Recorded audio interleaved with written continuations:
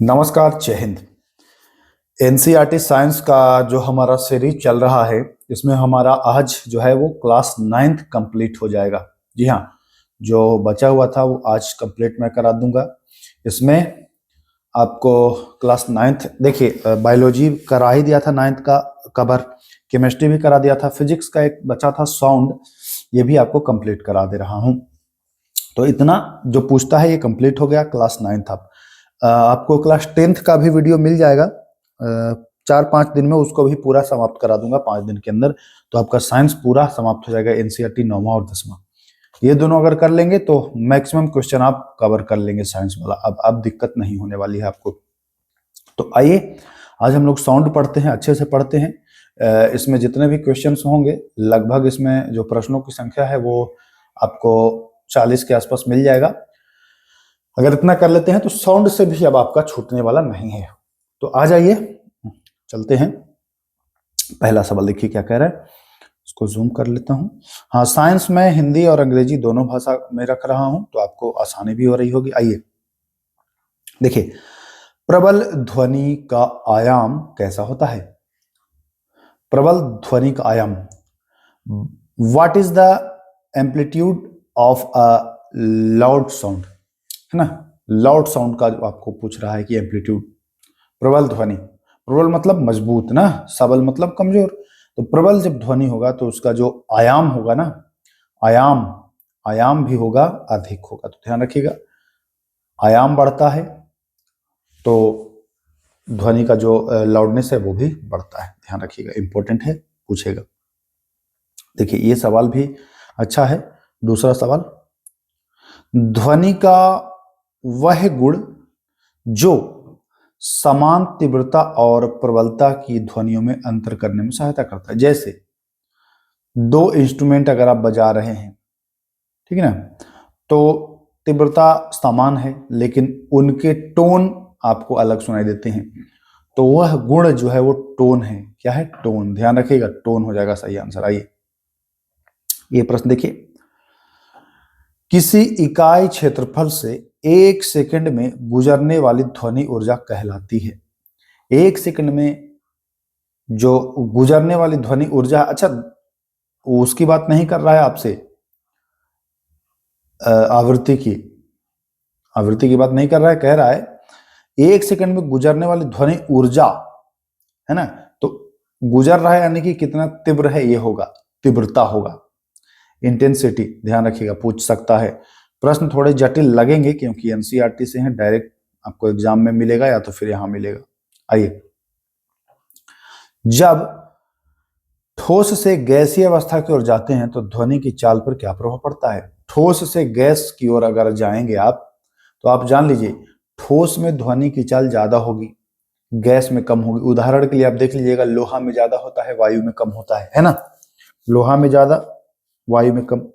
तो ठोस जो है उसमें अधिक होता है ध्वनि की चाल, वायु में जो है वो कम होता है, मतलब कि गैस में कम होता है। तो ठोस से हम गैस की ओर जाते हैं तो घट जाएगा ना, डिक्रीज हो जाएगा। ध्यान रखिए, है ना। चलिए 5वां सवाल, किसी भी माध्यम में, मीडियम की बात कर रहा है, ताप यानी कि टेम्परेचर बढ़ने पर ध्वनि की चाल पर क्या प्रभाव पड़ेगा? तो टेम्परेचर बढ़ता है तो चाल भी जो है वह बढ़ जाता है। तापमान बढ़ाएंगे तो चाल बढ़ जाएगा। तो ध्यान रखिएगा, ताप बढ़ेगा तो चाल भी बढ़ जाएगा। ठीक है, इंपॉर्टेंट है, ध्यान रखिएगा, ताप बढ़ने पर चाल बढ़ता। आपसे ये भी पूछ सकता है कि 1 डिग्री अगर तापमान बढ़ाते हैं तो कितना मीटर बढ़ जाता है? तो ध्यान रखिएगा, अगर 1 डिग्री तापमान बढ़ाएंगे तो लगभग 61 मीटर प्रति सेकंड जो है वो चाल बढ़ जाएगा। यहाँ 61 मीटर प्रति सेकंड, 0.61 सॉरी 0.61 मीटर, मतलब 1 मीटर से कम है, बढ़ जाएगा 1 सेकंड में। तो ध्यान रखिएगा, बढ़ जाती है, ताप बढ़ेगा, चाल बढ़ जाएगी। आइए चलिए देखिए, ये प्रश्न भी बहुत अच्छा है। पढ़े रहते हैं लोग लेकिन गलती कैसे करते हैं देखिएगा, इसी प्रश्न में होगा। 0 डिग्री सेल्सियस या सेंटीग्रेड पर वायु में ध्वनि की चाल कितनी होती है? अच्छा, वायु में ध्वनि की चाल तो आप जानते हैं कि 343 या 344 मीटर, लेकिन हम तो आपसे 0 डिग्री पर पूछ रहे हैं ना। अभी आपको बताया कि तापमान बढ़ेगा तो चाल बढ़ जाएगा बबुआ। अब आप जोड़ के भी कर सकते हैं। तो 0 डिग्री पर जो है वह चाल होता है, जो ध्वनि का 0 डिग्री वायु में, वह चाल होगा 331 मीटर पर सेकंड। कितना? 331 मीटर। और 343 आप कितना पर पढ़ते हैं? तो वो आप लगभग 22 पर पढ़ते हैं। 343 जो चाल है ना, वह लगभग 22 डिग्री तापमान रहेगा, तब वो चाल आपको मिलता है। ध्यान रखिएगा 344 वाला, तो इंपॉर्टेंट हो जाएगा ये। आइए चलिए, हाँ 22 डिग्री पर वायु में ध्वनि की चाल, तो 22 डिग्री पर 344 होती है। यह कथन सत्य है कि गलत है? तो यह कथन क्या है, मैं बता दिया कि सही है ना। 22 डिग्री पर हो जाता है 344, और 0 डिग्री पर जो हो जाता है वो कितना हो जाता है, तो 300 कितना 31। यानी कि 22 डिग्री बढ़ता है, 22 डिग्री बढ़ता है तो लगभग कितना बढ़ जाता है, 11 के आसपास ना। 22 डिग्री में कितना बढ़ जाएगा, 11 नहीं, 12-13 बढ़ जाएगा ना। 0.6 है तो उतना ही बढ़ेगा, ठीक है। तो ध्यान रखिएगा, सही हो जाएगा ये वाला। आइए, जब कोई पिंड ध्वनि की चाल से अधिक वेग से चलता है तो उसे क्या कहते हैं? देखिए, ध्वनि की चाल जैसे है 343 मीटर पर सेकंड, ठीक है। जैसे कोई चीज यहाँ रॉकेट की ध्वनि की मान लीजिए, तो ध्वनि तो चलेगा वही चाल से, चाहे रॉकेट की ध्वनि निकालिए चाहे गोली की ध्वनि निकालिए, चाल वही है। लेकिन कुछ ऐसे सुपरसोनिक होते हैं कि उनका स्पीड 343 से ज्यादा है, तो ध्वनि से पहले वही निकल देते हैं। जैसे आवाज बाद में आएगा, वो पहले पार हो गया तब आवाज आएगा, ठीक है, मतलब उसकी स्पीड ज्यादा है, तो उसको कहते हैं ध्वनि बूम। ध्वनि बूम कहते हैं, ध्यान रखिएगा, ध्वनि बूम, BOOM, ध्वनि बूम कहते हैं। और ये बहुत ताकतवर होता है, ये शीशे, कांच घरों की खिड़कियां उड़कियां भी तोड़ सकता है। ये होता है सुपरसोनिक। क्या होता है? सुपरसोनिक कहते हैं, ध्यान रखिएगा, सुपरसोनिक, ठीक है ना, तो ध्यान रखना है आपको। आइए, एल्युमिनियम में ध्वनि की चाल, तो मैं बताया कि ठोस में ज्यादा होता है। रही बात एल्युमिनियम की, तो एल्युमिनियम में होता है 6420 मीटर पर सेकंड, मतलब बहुत तेज। हवा में कहा 343 मीटर है, 344 है। और एल्युमिनियम में ध्वनि की चाल भाई साहब समझ लीजिए कि 6400 मीटर है ना, यानी कि 6 किलोमीटर, 6.5 किलोमीटर पर सेकंड, बहुत ज्यादा चाल है एल्युमिनियम में। जल में, तो जल में कम है। जल में कितना है, तो जल में लगभग 1500 यानी कि 1498 है। NCERT का डाटा है, ध्यान रखिएगा, 1498 मीटर पर सेकंड। याद रखिएगा, ध्वनि परावर्तन के नियम का पालन करती है, लॉ ऑफ रिफ्लेक्शन। ध्यान रखिएगा, परावर्तन, जो प्रकाश का परावर्तन होता है वही वाला यहाँ भी काम कर जाता है। आइए, ये भी प्रश्न पूछ सकता है, बढ़िया प्रश्न है। हमारे मस्तिष्क में ध्वनि की संवेदना कितने समय तक बनी रहती है? हमारे मस्तिष्क में, दिमाग में, तो ध्वनि की जो संवेदना है वो 1/10 सेकंड। 1/10 कौन सा है?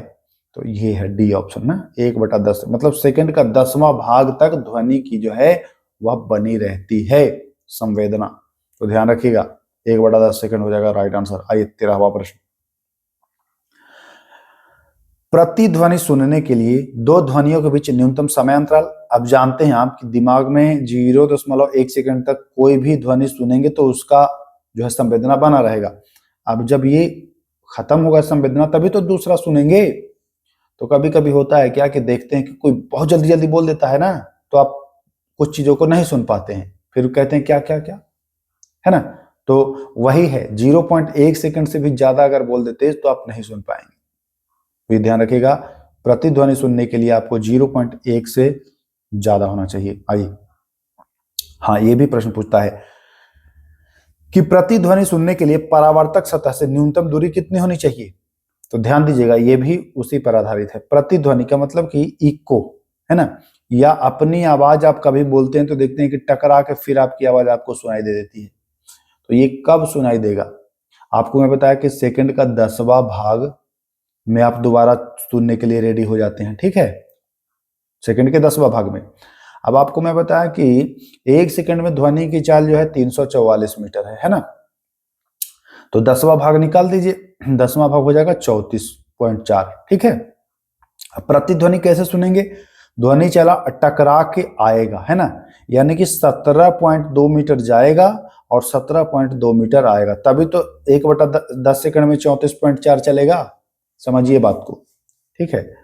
तो आपको अगर प्रतिध्वनि सुनना है अपना, तो आप कम से कम 17.2 मीटर दूर खड़े रहेंगे और बोलेंगे, तब आप अपनी ही ध्वनि को सुन लेंगे।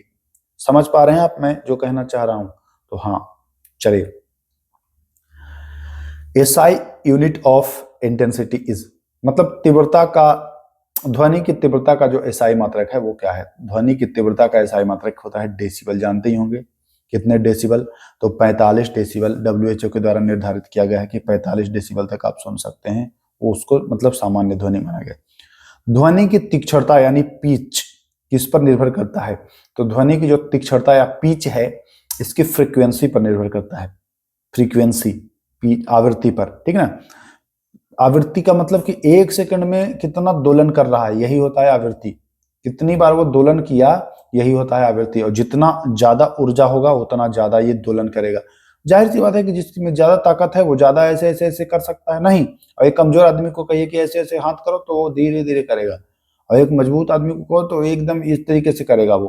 तो ज्यादा ताकत होगा तो ज्यादा फ्रीक्वेंसी होगी, तो ज्यादा फ्रीक्वेंसी होगी तो उसका पिच भी ज्यादा होगा, यानी कि तीक्ष्णता अधिक होगी। तो ध्वनि की तीक्ष्णता जो है वो किस पर निर्भर करता है? आवृत्ति पर, ठीक है। आइए अगला प्रश्न। ध्वनि की प्रबलता, लाउडनेस, लाउडनेस किस पर निर्भर? अबे तीक्ष्णता होगा तो आवृत्ति होगा, और अगर लाउडनेस होगा तो आयाम होगा। ये बताया था मैं पहले कि लाउडनेस होगा तो आयाम होगा। तो आपको याद रखना है एल ए, लाउडनेस और आयाम, ठीक है। ऐसे आपको हिंदी में याद रख लेना है। और तीक्ष्णता यानी कि पिच, तो पिच होगा तो पी एफ, फ्रीक्वेंसी, ऐसे याद रख लीजिएगा, पिच फ्रीक्वेंसी। चलिए, हाइड्रोजन में ध्वनि की चाल क्या होती है भैया? हाइड्रोजन में ध्वनि की चाल होती है वो लगभग जल से कम ही होगा और 1284 होगा। वायु से ज्यादा होगा लेकिन जल से कम होगा, 1284 मीटर पर सेकंड। एनसीईआरटी का डाटा आया ये। ऑक्सीजन में ध्वनि की चाल, तो ऑक्सीजन में जो वही जो हवा में होता है लगभग 331 मीटर। चलिए, सल्फर डाइऑक्साइड में ध्वनि की चाल, तो इसमें और कम होता है, 209 मीटर होता है। समुद्री जल में, तो ये आप जानते होंगे, समुद्री जल में लगभग 1530 है ना, 1530 या 1531, ध्यान रखिएगा। सामान्य जल में 1498। समुद्री जल में क्यों? क्योंकि समुद्री जल में कुछ ठोस कण होते हैं ना, नमक उमक, तो ठोस की वजह से थोड़ा बढ़ता ही है, आपको पता ही होगा। आइए, प्रबल ध्वनि का आयाम कैसा होगा? प्रबल ध्वनि मतलब बताया था ना कि ध्वनि, ये जो प्रबलता है ये आयाम पर निर्भर करता है। देखिए यहाँ पर पहला प्रश्न आपको दिखा, 17वां प्रश्न आपको दिखा दूं। आइए, 17वां प्रश्न, ध्वनि की प्रबलता किस पर? तो आयाम पर। बताया था ना, एल ए। तो प्रबल ध्वनि जो है तो इसका आयाम होगा क्या? अधिक होगा ना, कम नहीं होगा, शून्य भी नहीं होगा, अधिक होगा। तो ध्यान रखिएगा, सी ऑप्शन सही हो जाएगा। क्या हो जाएगा? सी ऑप्शन सही, अधिक हो जाएगा। चलिए आगे 23वां प्रश्न, चलिए देखते हैं क्या कह रहे हैं। अच्छा, ये प्रश्न भी तो आ चुका है लग रहा है ना। हाँ, ये दोनों प्रश्न आ चुका है, दोनों रिपीट हो गया है ये प्रश्न। आइए 24वां, स्टेथोस्कोप में हृदय की धड़कन की गति डॉक्टर के कानों तक सुनाई पड़ती है। तो हृदय की जो कानों की गति जब ऐसे आपकी छाती पर लगाता है तो ध्वनि का बार बार परावर्तन होता है और वो अपने पाइप के द्वारा कानों में सुन लेता है, ठीक है। तो ध्यान रखिएगा, जो लगाया रहता है कान में, आला जिसको कहते हैं, वो परावर्तन के नियम पर कार्य करता है। पूछेगा किस पर? तो रिफ्लेक्शन, अपवर्तन नहीं, परावर्तन। आइए चलिए देखिएगा, ये प्रश्न बढ़िया है। इनमें से कौन लगभग 25,000 हर्ट्ज यानी 25 किलो हर्ट्ज तक की ध्वनि सुन सकता है? अच्छा, मानव कितना सुन सकता है? आप जानते हैं कि मानव की जो श्रव्य क्षमता है वह है 20 हर्ट्ज से इतना 20,000 हर्ट्ज तक। यही है ना, यही है ना। लेकिन ध्यान रखिएगा, एग्जाम में आपको ऐसे नहीं पूछेगा। एग्जाम में पूछेगा कि मानव की जो श्रव्य क्षमता है, वो ऑप्शन देगा ऐसे 20 के हर्ट्ज से 20,000 हर्ट्ज, ऐसे देगा लिख के।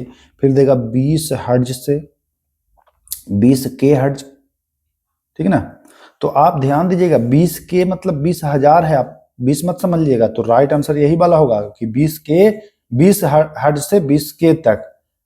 इसका मतलब ये हुआ कि 20 हर्ट्ज से 20K लिख देगा तो आप तो 20,000 ढूंढिएगा, लेकिन 20K का मतलब 20,000 ही है, ध्यान रखिएगा।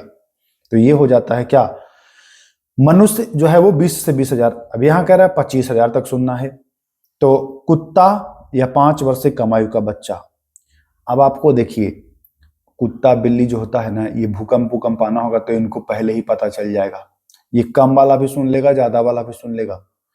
या 5 साल से छोटा बच्चा भी देखते हैं, उसको कहते हैं ना कि ये भगवान का रूप होता है, बच्चों को कहा जाता है अक्सर कि ये भगवान का रूप होता है। वह उन ध्वनियों को भी 5 साल का बच्चा सुन लेगा जो आप नहीं सुन सकते हैं। समझ रहे हैं बात को? तो ऐसी ध्वनियों को वो सुन लेता है 5 साल का बच्चा। तो क्या हो जाएगा आंसर, बी और सी दोनों, ध्यान रखिएगा। आइए, 20 से 20 हर्ट्ज से 20,000 हर्ट्ज के बीच की ध्वनि को क्या कहते हैं? तो ये सुनते हैं हम लोग, ऑडिबल साउंड कहेंगे, यानी कि श्रव्य ध्वनि कहेंगे। ठीक है, आइए, ब्लॉक में दरार तथा आंतरिक दोषों का पता लगाने के लिए किसका प्रयोग करते हैं? ब्लॉक में दरार होता है या आंतरिक दोषों को पता लगाने के लिए हम प्रयोग करते हैं अल्ट्रासोनिक वेव का। किसका? Ultrasonic wave. तो 27 का हो जाएगा, क्या हो जाएगा भैया? अल्ट्रासोनिक वेव, ध्यान रखिएगा, अल्ट्रासोनिक वेव। आइए, ये पूछेगा प्रश्न, सोनार का फुल फॉर्म पूछ देगा, साउंड नेविगेशन एंड रेंजिंग, याद रखिएगा, साउंड नेविगेशन एंड रेंजिंग होगा इसका राइट आंसर। सोनार कार्य करता है तो सोनार पराध्वनि अल्ट्रासोनिक वेव पर कार्य करेगा। सोनार किस पर कार्य करेगा? तो वो अल्ट्रासोनिक, यानी कि देखिए यहाँ पर सोनार जो है वह अल्ट्रासोनिक पर कार्य करेगा, यानी कि सी ऑप्शन सही हो जाएगा। आइए, 30वां, आयाम का एसआई मात्रक। तो आयाम का जो एसआई मात्रक है, आयाम का जो, आयाम मतलब ये कितनी दूरी है, ये वाला आयाम बनता है, तो ये दूरी हो जाता मीटर ही हो जाता है ना, तो ध्यान रखिएगा। आइए, शांत जल या तालाब में पत्थर फेंकते हैं तो कौन सी तरंग उत्पन्न होती है? शांत जल में पत्थर फेंकिए तो देखते हैं ना आपकी ऐसे ऐसे गोल गोल घूमेगा पानी, चारों ओर ऐसे ऐसे जाएगा। बहुत बचपन में एक किया होगा आपने, पत्थर फेंकी तो देखिएगा कि तरंग जैसा पानी चलेगा इधर से उधर, इधर से उधर। तो शांत जल में जब आप पत्थर फेंकते हैं तो अनुप्रस्थ तरंग होता है। कौन सा? अनुप्रस्थ तरंग, ठीक है ना, अनुप्रस्थ तरंग होता है शांत जल में, इंपॉर्टेंट है, ध्यान रखिएगा, अनुप्रस्थ। आइए, इनमें से किस तरंग का ध्रुवन यानी कि पोलराइजेशन नहीं होता है? तो जान लीजिए, ये बहुत इंपॉर्टेंट है, पूछ सकता है। तो ध्वनि तरंग जो है इसका पोलराइजेशन नहीं होता है। किसका?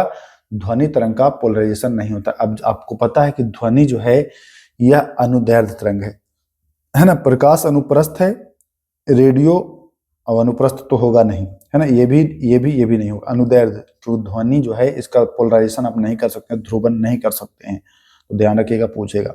ध्वनि का पिच किस पर निर्भर करता है? तो पी एफ बताया था ना, पिच का एफ बताया था, फ्रीक्वेंसी यानी आवृत्ति बताया था। तो 33 का क्या हो जाएगा? आवृत्ति हो जाएगा, बी। याद हो गया होगा आप, अब आपको इजिली याद हो गया होगा। चलिए, ध्वनि की आवृत्ति अगर हम बढ़ाते हैं, आवृत्ति बढ़ाएंगे तो पिच भी बढ़ेगा, ठीक है, आवृत्ति बढ़ाने पर पिच भी बढ़ जाएगा। आवृत्ति का मतलब कितना ताकत, हर्ट्ज वाला ना, तो वो पिच भी बढ़ जाएगा, तो ध्यान रखिएगा। WHO के अनुसार मानव के लिए जो 45 डेसिबल है वो मतलब ध्वनि का स्तर सही है सुनने के लिए। आइए, वायु में ध्वनि की चाल पर दाब, प्रेशर का, है ना, तो वायु की बात कर रहा है, वायु में ध्वनि की चाल पर प्रेशर या दाब का प्रभाव क्या पड़ता है? बढ़ जाता है, घट जाता है, कोई नहीं, या शून्य हो जाता है? तो ध्यान रखिए, बहुत इंपॉर्टेंट सवाल है ये। वायु में ध्वनि की चाल पर जो दाब है यानी कि जो प्रेशर है, प्रेशर का नो इफेक्ट, यानी कि कोई प्रभाव नहीं पड़ता है प्रेशर का, ध्यान रखिएगा। वायु में ध्वनि की चाल पर आर्द्रता का क्या प्रभाव पड़ता है? ध्वनि की चाल पर आर्द्रता का क्या प्रभाव पड़ता है भैया? अच्छा, ताप पर तो देखे कि आप 1 डिग्री में 0.61 मीटर बढ़ रहा था, ठीक है, टेम्परेचर पर बढ़ा है। दाब यानी प्रेशर पर कोई फर्क नहीं पड़ा है, लेकिन कह रहा है कि आर्द्रता पर क्या प्रभाव पड़ता है ना। 4 ऑप्शन है, घट जाती है, बढ़ जाती है। तो ध्यान दीजिएगा, आर्द्रता बढ़ेगा, जब आर्द्रता बढ़ेगा तो चाल जो है वह घटेगा, और आर्द्रता घटेगा तो चाल बढ़ जाएगा। तो कह रहा है कि आर्द्रता का क्या प्रभाव पड़ता है? तो आर्द्रता का प्रभाव है कि बढ़ जाता है। अगर आर्द्रता घटता है तो ये आर्द्रता बढ़ता है, यहाँ पर उल्टा मैं बोल दिया। आर्द्रता पर क्या प्रभाव पड़ता है, इसका मतलब ये है कि जब आर्द्र हवा है, इसका मतलब कि वो कम घना है ना। आर्द्र हवा है, इसका मतलब कि वो घना क्या है, कम है, कम घना हवा है। तो आर्द्रता जब कम घना, आर्द्रता आएगा तो घना कम होगा, तो चाल जो है वो क्या होगा, बढ़ जाएगा। तो आर्द्रता का प्रभाव बढ़ जाएगा, आर्द्रता बढ़ेगा तो चाल भी बढ़ जाएगा, क्योंकि जितना आर्द्र होगा वायु उतना घना कम होते जाएगा, उतना कम होते जाएगा घना, और घना कम होगा तो चाल बढ़ते जाएगा। ध्यान रखिएगा, समझिएगा इसको। मैक संख्या का प्रयोग मापने के लिए, तो मैक संख्या, क्या ध्वनि की तीव्रता, तो ये तो बता दिया कि डेसिबल से। क्या ध्वनि की पिच, पिच भी नहीं।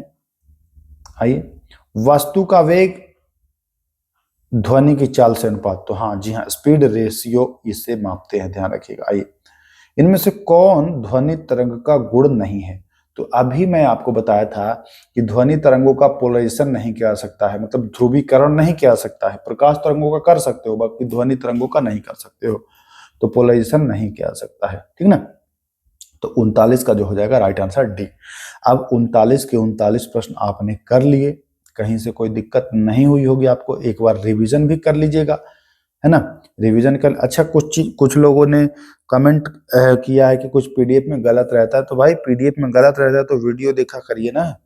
वीडियो के माध्यम से तो मैं बता ही देता हूँ अगर कोई गलती होती है तो, या फिर वीडियो में गलती हो जाती है तो मैं पीडीएफ में उसको सही कर देता हूँ। तो जब दोनों देखोगे नहीं, खाली बीच में भे भे करके कमेंट करोगे तो समस्या होगी ना भाई। गलती कहाँ नहीं होती है, टाइप करना होता है तो हो सकता है हाईलाइट करने में गलत हो जाए, तो ये बहुत बड़ी बात नहीं है। गलती हो जाए तो आप उसको मैसेज कर दीजिए कि भाई गलती है, इसको सुधार दीजिए, या फिर वीडियो में हम तो सुधार देते हैं, या फिर वीडियो में गलत होता है तो पीडीएफ में सुधार देते हैं। तो प्रॉपर जब देखेंगे नहीं तो फिर ऐसे चीखने चिल्लाने से कैसे काम चलेगा, है ना। बाकी जो लोग पढ़ रहे हैं वो ईमानदारी से पढ़िए, जो कंटेंट उपलब्ध करा रहा हूँ आपको सबसे रखेगा आगे, सोचने विचारने की आवश्यकता नहीं है, आप पढ़िए बस, भरोसा करके आपका रिजल्ट होगा। तो चलिए फिर मिलते हैं, नमस्कार।